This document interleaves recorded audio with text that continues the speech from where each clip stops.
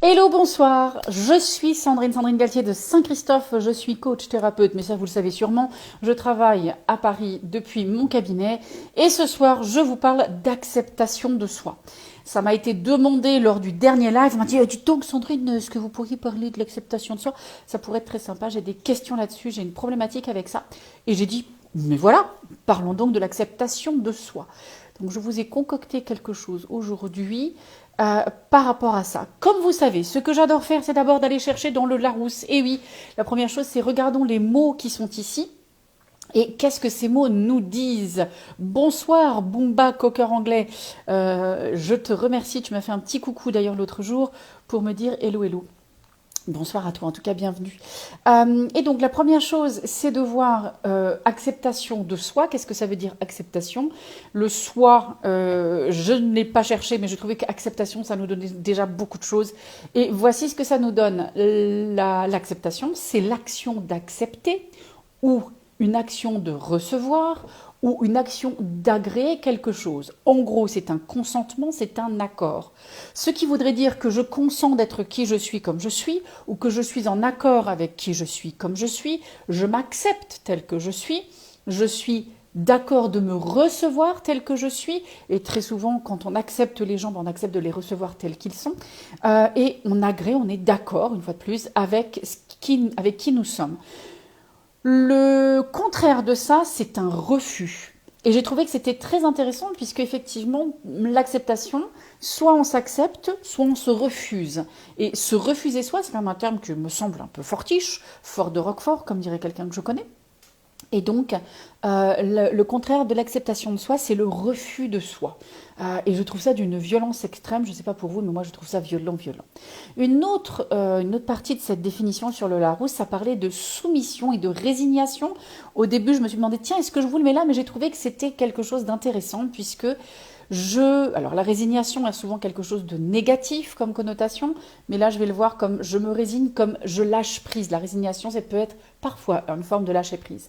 Et donc, la soumission ou la résignation, c'est je me soumets au fait que je sois comme je suis, je me résigne. Et une fois de plus, j'en reviens, je lâche prise par rapport au fait d'être comme je suis, qui je suis. Et le contraire de cette soumission, ce serait une protestation, qui serait donc je protesterai d'être comme je suis, non, je ne suis pas comme je devrais être, je me rebelle, je me révolte contre moi. Une fois de plus, je trouve ça un tantinet violent, si vous voyez ce que je veux dire. Donc, l'acceptation de soi, le soi, une fois de plus, si vous avez envie que je vous fasse une vidéo sur le soi, je suis désolée, j'ai les cheveux un peu en vrac, là je ne sais pas ce qui se passe, hop, je recale ça derrière. Si vous avez envie qu'on parle du soi, je pourrais en faire un live aussi, parce que c'était un peu complexe le soi, et je ne le regarde pas de la façon de Freud, le soi du tout. Mais vous comprenez à peu près qui vous êtes, pour la plupart en général, et que donc s'accepter soi, l'acceptation de soi, ça veut dire je m'accueille comme je m'accepte comme je suis, je consens dans qui je suis. Donc, qu'est-ce que ça nous indique dans une vie en règle générale? Ça nous indique que je suis dans une paix profonde. J'ai envie de vous montrer mon super beau bracelet en passant. Hop, beau bracelet, qui n'a rien à faire avec la paix profonde, mais je suis très en paix à vous le montrer en passant.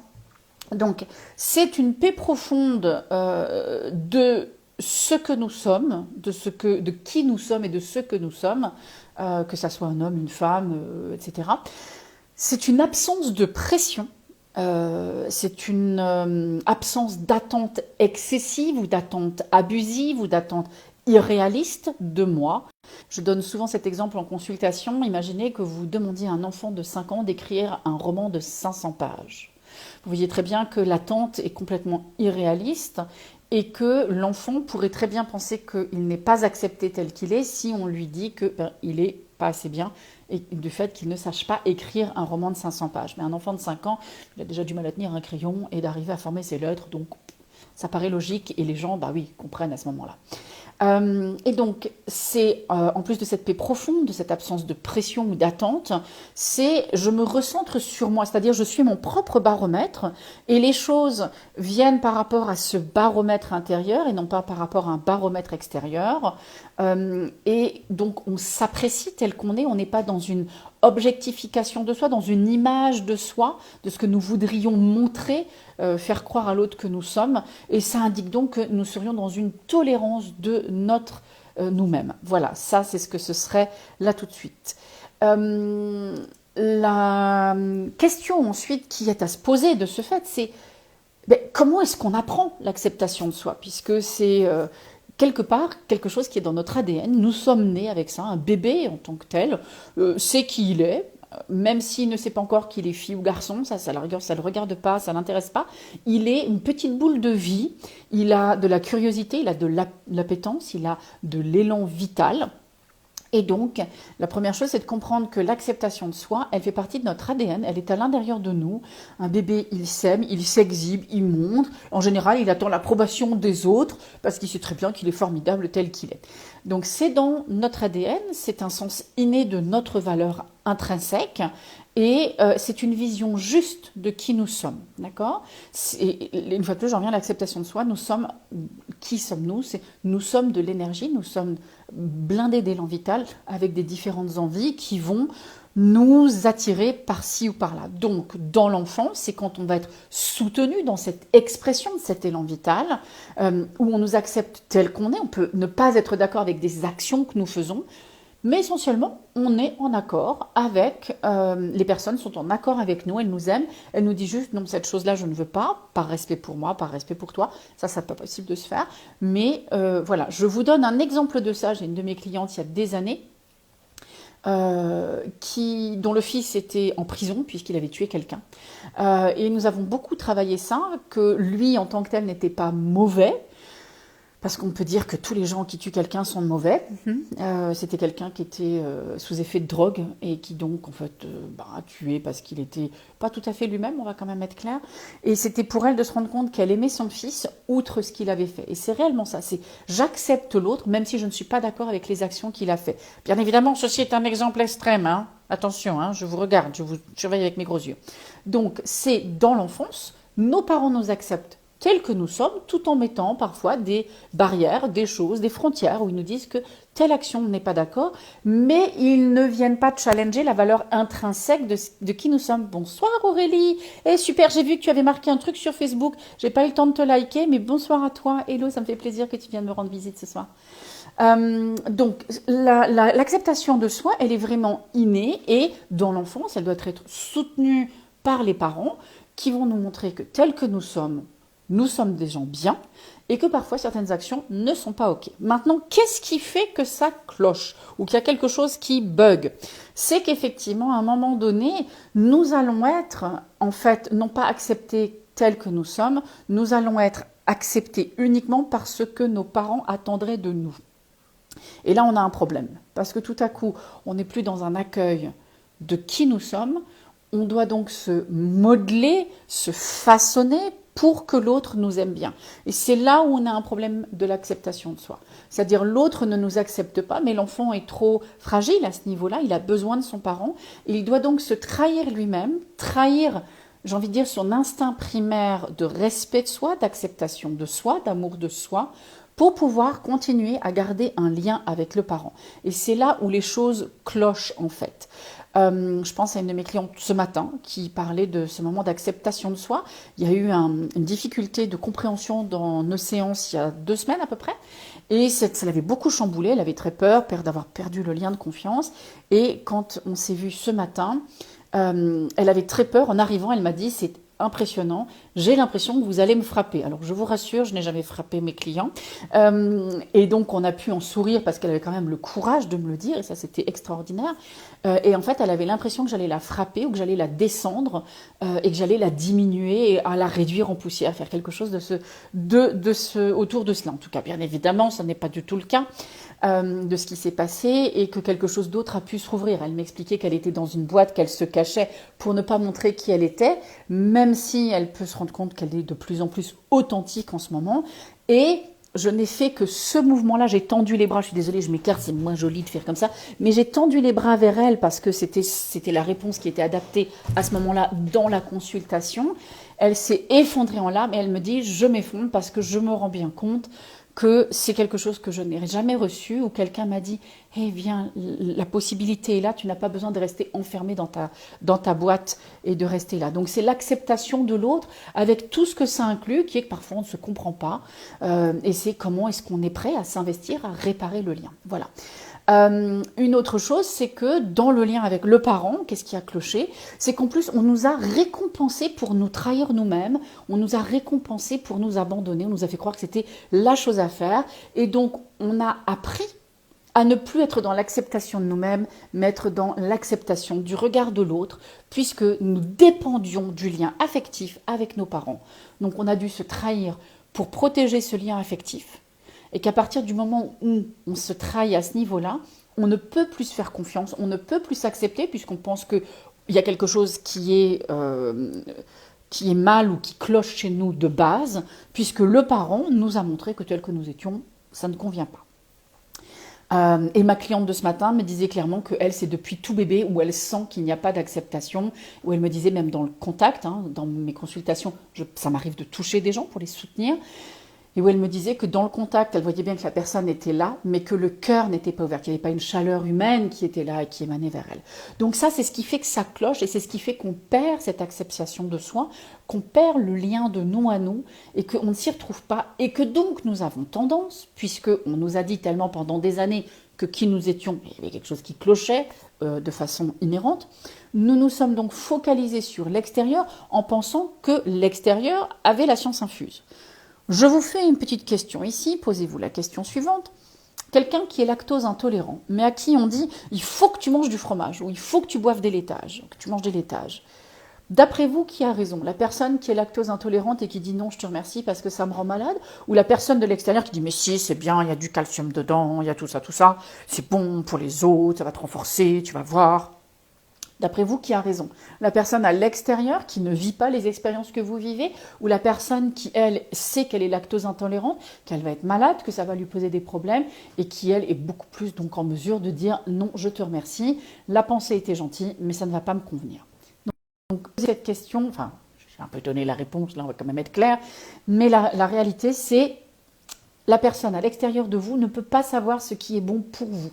Je vous donne un deuxième exemple, le client qui est parti juste avant, en gros, attend de moi que je prenne une décision pour s'il doit rester dans son travail salarial ou s'il doit se mettre à son compte. Vous pensez bien que je n'ai pas la réponse à cette question parce qu'elle ne va absolument pas m'impacter. Par contre, lui, ça va lui changer la vie s'il reste ou non dans l'emploi dans lequel il est et qu'il le rend très malheureux et qu'il l'a mis en burn-out, ou s'il fait autre chose qui doit donc être adapté à là où il a envie d'aller et de ce qu'il a envie de faire.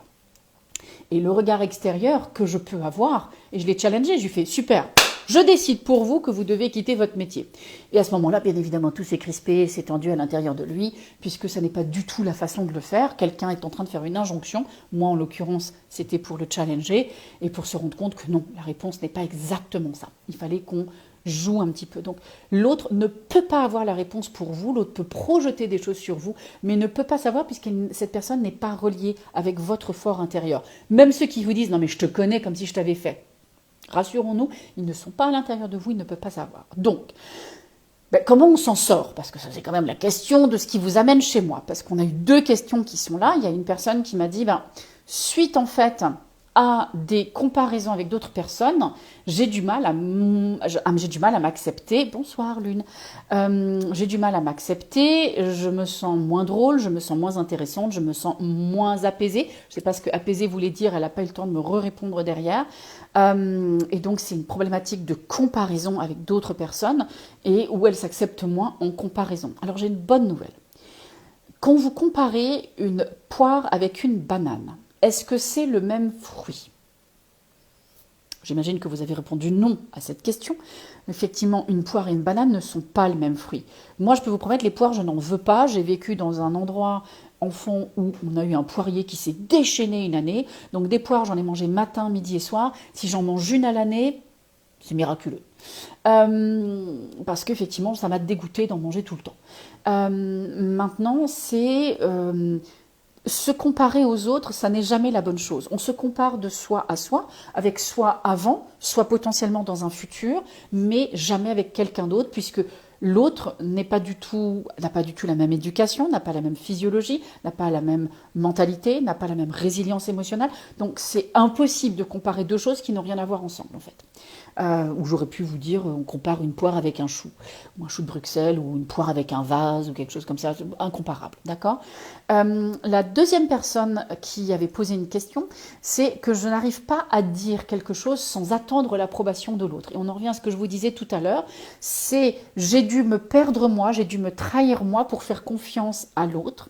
Et le challenge qui va être là, et donc comment on s'en sort, ça va être de renouer avec soi-même et de savoir que nous sommes la source de savoir ce qui est juste pour nous et que notre avis compte pour nous, même si l'autre en face peut ne pas être d'accord.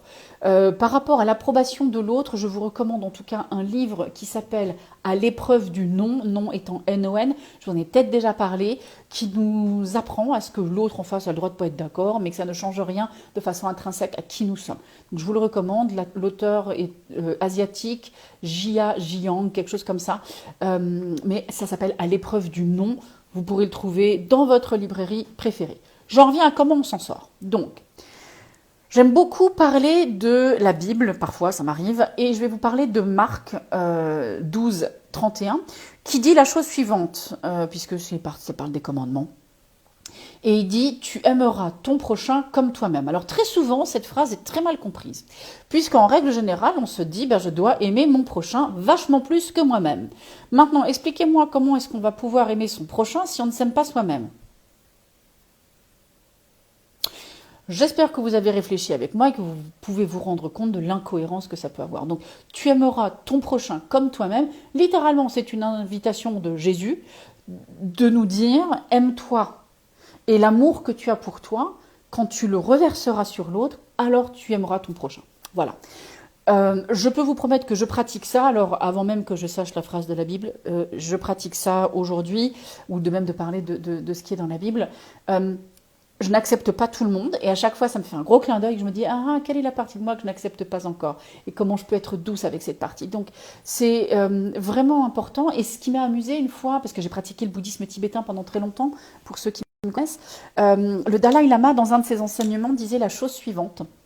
Il disait que ce qui le choquait chez les occidentaux et ce que les bouddhistes, ou les praticiens tibétains n'avaient pas, c'était que les occidentaux avaient une haine de soi qui le surprenait profondément et qu'ils trouvaient justement que cette phrase de la Bible, donc Marc 12, 31, « Tu aimeras ton prochain comme toi-même » et en plus, je vous rajoute le reste de la phrase quand même pour que vous l'ayez, « Il n'y a pas d'autre commandement plus grand que cela ». Ce qui veut nous indiquer une chose, c'est que s'aimer soi est la chose principale que la Bible est en train d'essayer de nous dire. Voilà, on enlève toute la partie sadique et tout ça, de tout ça. Mais voilà, et donc le Dalai Lama trouvait que c'était interpellant de voir que les Occidentaux, alors qu'ils avaient plein de choses, étaient les personnes qui se détestaient le plus au monde, et que essentiellement les Tibétains, alors je dis pas qu'ils n'ont pas leurs problèmes, les Tibétains, moi j'ai pratiqué le bouddhisme tibétain avec des Tibétains et des Bhoutanais, ils ont aussi leurs problèmes, ce ne sont pas tout à fait les mêmes, mais ils n'ont pas ce problème de détestation, de haine de soi, tel que nous pouvons l'avoir. Bonsoir Charlotte. Donc la première chose c'est de s'aimer, donc j'en reviens, tu aimeras ton prochain comme toi-même, ce qui veut dire je dois apprendre à m'aimer moi. S'aimer soi c'est un peu compliqué et je vais vous donner donc des étapes pour le faire. Je vais vous inviter là tout de suite d'imaginer les yeux de quelqu'un qui sont aimants. Ça peut être votre chien préféré, ça peut être une personne que vous avez connue. J'avais un de mes clients qui aimait beaucoup un sadhu indien, dont le nom ne me revient pas. Je vois très bien sa tête. Je crois qu'il l'appelait Papaji. Et pour lui, c'était les yeux de Papaji. Et donc, il imaginait les yeux de Papaji. Donc, moi, je vous invite à d'abord trouver quelqu'un qui a des yeux doux, qui a des yeux aimants, qui a des yeux chaleureux. Bonsoir Valentine. Quelqu'un qui a, oui c'est ça, des yeux chaleureux, des yeux doux, des yeux aimants. Et quand si vous avez trouvé cette personne, je vais vous inviter un peu comme si vous changiez de position. C'est-à-dire que vous allez vous caler derrière les yeux. C'est comme si vous mettiez un filtre sur vos yeux et vous vous voyez à travers les yeux de cette personne. Vous regardez la personne que vous êtes. Vous devez un peu vous dédoubler, je suis d'accord. Mais pour vous voir à travers les yeux de la personne et de voir qu'est-ce que vous voyez. En général, quand on fait ça, il y a une douceur qui vient. Il y a quelque chose de plus tranquille. Si ce qui vous vient, c'est méchant, c'est dur, c'est critique, c'est dans le jugement, c'est que c'était pas les bons yeux. Ou alors que c'est encore vos yeux à vous qui se sont calfeutrés quelque part par là. D'accord? Donc ça, c'est vraiment un exercice que je recommande. On appelle ça en anglais Kind Eyes Exercise, l'exercice des yeux doux, littéralement parce que à travers les yeux doux de quelqu'un, quand on se voit, quand on se cale derrière ses yeux comme si c'était un filtre et qu'on voyait à travers ça, c'est un peu comme parfois on peut dire on a mis des lunettes roses, ben le monde nous paraît très différemment, oui c'est ça, très différemment, et on se voit soi-même de façon très différente quand on se voit à travers les yeux de quelqu'un qui est aimant. Et je dis bien aimant et pas ambivalent, parce que parfois il y a quelqu'un qui nous regarde avec des yeux aimants, mais qui quand il est en colère, les gros yeux, et donc ça ne peut pas fonctionner. Il faut que ça soit vraiment quelqu'un qui a toujours un regard doux vers vous. J'étais très touchée un petit peu plus tôt, j'ai une de mes clientes, on a travaillé une opération chirurgicale avec une intubation. L'infirmière avait été assez brute.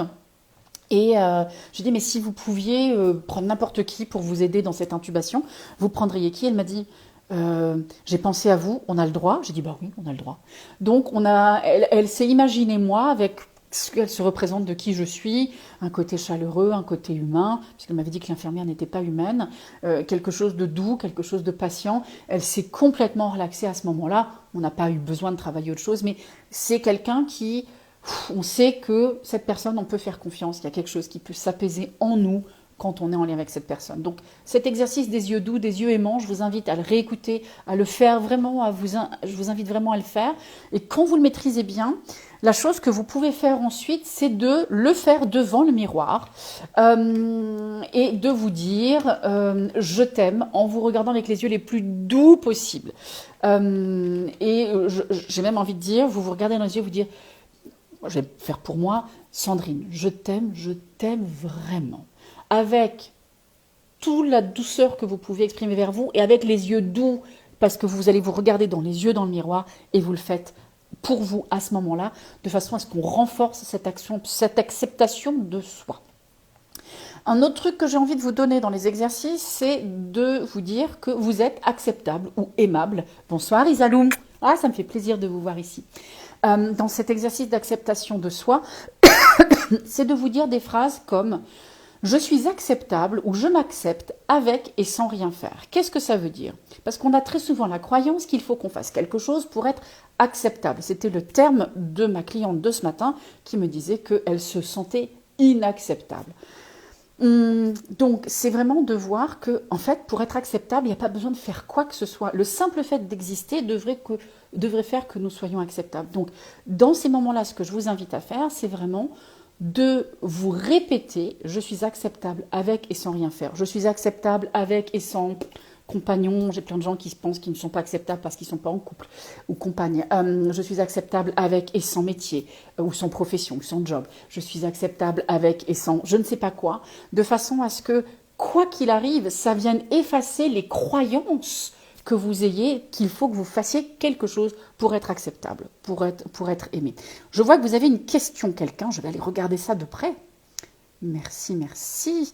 Ah, super, c'est Isalou qui me fait un gros bisou, je vous remercie. C'est adorable à vous de me faire ce petit coucou par écrit. Donc, vous avez l'exercice du miroir, vous avez l'exercice du avec et sans. Et je vais vous inviter, si vous êtes assise là tout de suite ou assis là tout de suite, je vais vous inviter à vous mettre debout et à imaginer que vous avez une couronne sur la tête. Et si vous avez une couronne, vous n'hésitez pas à vous la placer sur vous. Et dans votre rectitude, je veux que vous sentiez vos pieds bien installés au sol et le sol qui vient à vous. Je veux que vous sentiez la marque de cette couronne, le poids de cette couronne qui est là, et de regarder ce qui se passe tout au long de votre colonne vertébrale. Parce qu'il y a une expression anglaise que j'aime beaucoup qui fait « chin up », qui veut dire « relève ton menton », parce que ça dit donc « chin up, else the crown slips », ou alors la couronne va tomber. Donc on remonte. Et ça, c'est ce qu'on va appeler un port altier. Je remonte le menton pour pouvoir porter ma couronne et qu'elle tienne et qu'elle ne se casse pas la figure. Et si vous avez envie, partagez-moi dans les commentaires ce qui se passe à l'intérieur de vous quand vous êtes droit ou droite, que vous avez une couronne posée sur la tête. Vous vous sentez comment? Moi, je vais reposer la mienne là tout de suite. Comment est-ce que... quoique, elle m'allait bien. Et donc la question, c'est comment est-ce que vous vous sentez quand vous vous tenez droit ou droite? Qu'est-ce qui se passe à l'intérieur de vous? Est-ce que vous êtes plus dans une acceptation de vous ou pas? Dites-moi dans les commentaires ce qui se passe pour vous, ce que vous remarquez. Je vais quand même l'enlever, parce que moi, si je bouge la tête, elle va tomber, elle n'est pas fixée. Dites-moi ce que vous en pensez. J'attends vos commentaires s'il y en a.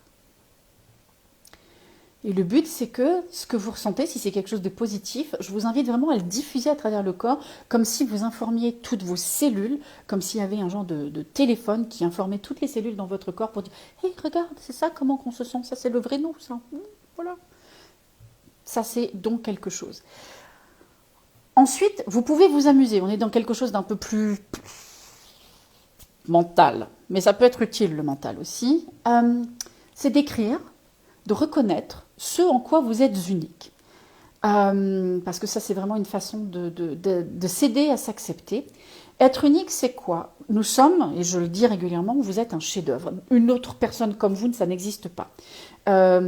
Plus sûr de moi. Bravo, Charlotte, super, super. Et dans ce plus sûr de vous, est-ce que vous vous sentez plus acceptante de vous? Parce que ça, c'est vraiment important. Regardez voir si ça colle. Vous pouvez me mettre un pouce plutôt que de taper une phrase. Vous regardez ce qui est plus juste pour vous. Mais donc, je continue dans ma liste des choses que je voulais vous proposer. Donc, il faut reconnaître ce qui est unique chez vous. Les choses qui peuvent être uniques, c'est que vous êtes peut-être le champion, la championne du gâteau à la cerise. Je n'y connais rien en gâteau à la cerise, mais voilà. Ou que vous êtes le champion, la championne de mettre vos baskets le plus rapidement possible. Peu importe ce que c'est qu'est-ce qui vous rend unique? Qu'est-ce qui fait de vous quelqu'un de différent de l'autre? Tout à l'heure, on comparait une pomme d'un vase ou d'un potiron ou de je ne sais pas quoi. Et ça, c'est vraiment important de pouvoir le regarder. Bonsoir Marie, bienvenue. Oui, c'est ça, merci Zalou.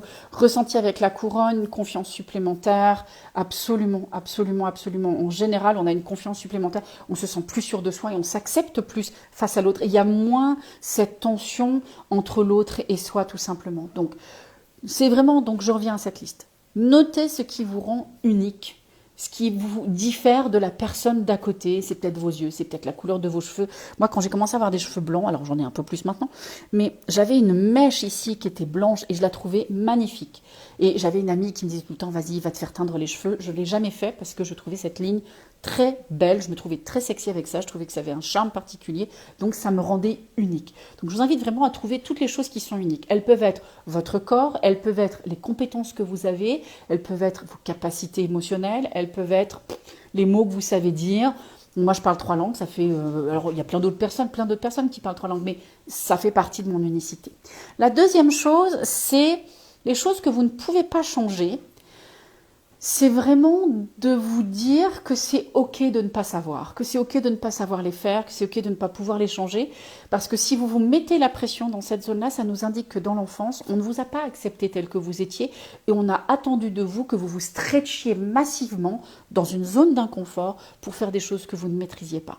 Un stretch, c'est très important, mais quand il est inconfortable, c'est submergent pour le corps et ça fait qu'on va se mettre en difficulté, que ça va être difficile de s'accepter. Donc c'est vraiment des choses qu'on ne peut pas changer, c'est d'avoir de la douceur envers soi-même, c'est d'avoir vraiment quelque chose de doux.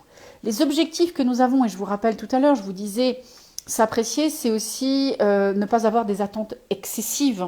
Donc ça veut dire que les objectifs que l'on se pose, ils sont modérés, il y a un risque modéré, il y a un stretch modéré pour que ça soit jouable, faisable, atteignable. Sinon, vous allez bien évidemment vous mettre en échec. La chose qui est aussi essentielle dans la reconnaissance ou dans l'acceptation de soi, et si vous voyez les enfants, ils nous montrent abondamment, en règle générale, ils ont fait quelque chose, ils nous montrent, ils nous disent qu'ils sont très fiers, et nous, qu'est-ce qu'on fait? On les applaudit, on les récompense, un applaudissement, c'est une récompense, on les félicite, etc. Et cette récompense-là, elle est importante pour ancrer à l'intérieur de nous que nous nous acceptons. Donc, je vous invite beaucoup à vous célébrer, et même si l'accomplissement est petit, vous avez du mal à prendre votre douche le matin, le jour où vous y arrivez, yay, bravo moi. Le jour où vous n'y arrivez pas, surtout on ne se flagelle pas et on se dit, ça a été dur, c'est trop compliqué pour moi aujourd'hui, je reste dans de la douceur et de la bienveillance qui est vraiment clé. On se dit des mots gentils pour pouvoir se soutenir, d'accord? Une chose qu'on peut faire quand on va se retrouver aussi avec des gens qui potentiellement sont durs avec nous, qui ne nous acceptent pas tels que nous sommes, c'est d'avoir des petites phrases par cœur qui vont être, moi une phrase que j'aime beaucoup, c'est quand quelqu'un vient me critiquer, me dire des choses, ah c'est intéressant, ou je peux leur dire, je ne suis pas d'accord avec vous. Donc je vous invite vraiment à trouver ces petites phrases que vous devez connaître par cœur, potentiellement vous devez vous entraîner à les utiliser avec des gens qui sont bienveillants, pour pouvoir les ressortir quand vous en aurez besoin, pour que vous disiez à l'autre, je n'accepte pas ton agressivité, je n'accepte pas les mots que tu me dis, je n'accepte pas ton jugement. On ne le dit pas comme ça, mais on va dire, ah, c'est intéressant, votre avis est intéressant. Ou, une fois plus, comme je disais, je ne suis pas d'accord avec vous, j'entends votre propos et je ne suis pas d'accord avec vous. Qui donne une distance et qui dit, je vais partir de moi et non pas de ce que tu me dis. Et la dernière chose, la dernière clé que j'avais envie de vous donner, c'est bien évidemment, entourez-vous de personnes qui peuvent vous soutenir. Le soutien, c'est quoi? C'est quelqu'un qui va vous soutenir dans les moments où vous allez bien, qui va vous célébrer, qui va être votre pom-pom girl, qui va dire « Wouh, vive toi !» mais qui va aussi être là dans autant de bienveillance au moment où vous allez moins bien, parce que la vie, elle est comme ça, hein. On n'est pas sur une ligne droite, ça c'est quand on est au cimetière et qu'il n'y a plus rien qui se passe, mais on est toujours dans cette forme de sinusoïde où il y a des moments où on va mieux, des moments où on va moins bien. Et donc, on s'entoure de personnes qui nous soutiennent, qu'on aille très bien ou qu'on aille pas bien, et qui sont gentils, généreux, etc.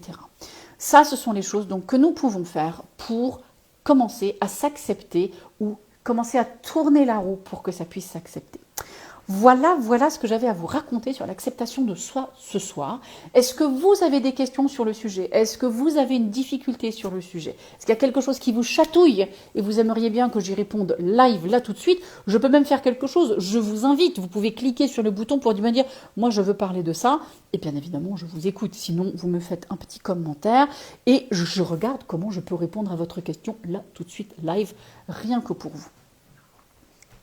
Et dites-moi tout ça. Et si ça vous a plu et que vous n'avez pas de questions, vous me dites merci Sandrine, bonne soirée, il est déjà 19h, il est temps que je prépare la popote ou que j'aille commander ma pizza. D'ailleurs, la pizza, moi le soir, j'aime pas trop, je préfère l'asiatique. Mais ce sont des choses qui sont possibles et si c'est le cas, je vous dis bonne soirée, ciao, c'est le droit aussi. Donc je vous récapitule, si vous notez, je vous récapitule quand même les choses que l'on peut faire. Merci pour les cœurs, je vous adore, yes, yes, yes, yes. Merci plein. Je vous rappelle les quelques méthodes ou les quelques astuces que je vous ai données pour vous en sortir, c'est de vous rappeler de cette phrase de la Bible qui, je sais, c'est biblique, on ne sait jamais, il y a des gens qui n'aiment pas la Bible. Marc 12, 31 qui nous dit quand même « Tu aimeras ton prochain comme toi-même », qui veut dire « Vous devez d'abord vous aimer vous profondément pour pouvoir aimer l'autre, sinon ça n'est pas possible ». La plupart du temps, cette phrase est comprise complètement à l'envers. Je vous ai ensuite dit de faire l'exercice des yeux aimants, de vous mettre derrière les yeux de quelqu'un qui est aimant. Vous avez le miroir, l'idée du miroir où vous allez, quand vous maîtrisez ça, vous dire « je t'aime vraiment », avec tous les sentiments, avec les yeux doux que vous allez reproduire. Vous allez vous dire des phrases où vous vous dites « je suis acceptable » ou « je suis aimable avec et sans rien faire, avec et sans argent, avec et sans compagne ou compagnon ». J'adore quand vous m'envoyez des cœurs, envoyez-moi plein de cœurs, j'aime les cœurs, envoyez-moi ça.